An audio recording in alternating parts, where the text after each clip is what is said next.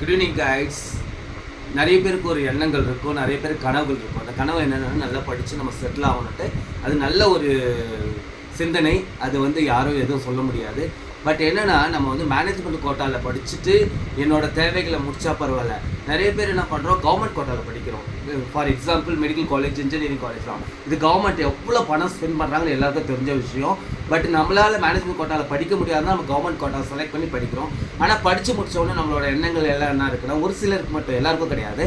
இப்போ அப்ராடில் செட்டில் ஆகணும், அங்கே போய் க்ரீன் கார்டு வாங்கி அங்கேயே செட்டில் ஆகணும், இல்லை அங்கே அப்ராடில் போய் ஒர்க் பண்ணுன்றது. பட் நம்மளோட இந்தியன் கவர்மெண்ட் நமக்காக, தமிழ்நாடு கவர்மெண்ட் எவ்வளோ ஸ்பெண்ட் பண்ணுறாங்க, எவ்வளோ நம்ம படிப்புக்காக செலவு பண்ணுறாங்கன்னு ஒரு நிமிஷம் யோசித்து பார்க்கணும். பட் நம்மளோட சர்வீஸை நம்ம நாட்டுக்கு பண்ணோன்னா ரொம்ப நல்லாயிருக்கும். இன்னொரு விஷயம் நம்ம அப்துல் கலாம் ஐயா என்ன சொல்லியிருக்காரு, கனவு காணுங்கள் நிஜமாகன்னு சொல்லியிருக்காரு.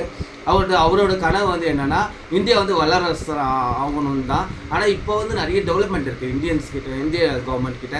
இந்தியாவும் நல்லா வளர்ந்துட்டு போகுது. இந்த மாதிரி நேரத்தில் நம்ம படித்தவங்க எல்லாம் இப்போ வெளிநாட்டில் வேலை பார்த்து வெளிநாட்டில் செட்டில் ஆனால் இந்தியாவின் நிலை என்ன இருக்குதுன்னு கொஞ்சம் யோசித்து பாருங்கள். பட் நம்மளோட இந்தியன் கவர்மெண்ட்டில் படித்த நாம இந்தியாவை சர்வீஸ் பண்ணால் ரொம்ப நல்லாயிருக்கும். தேங்க்யூ.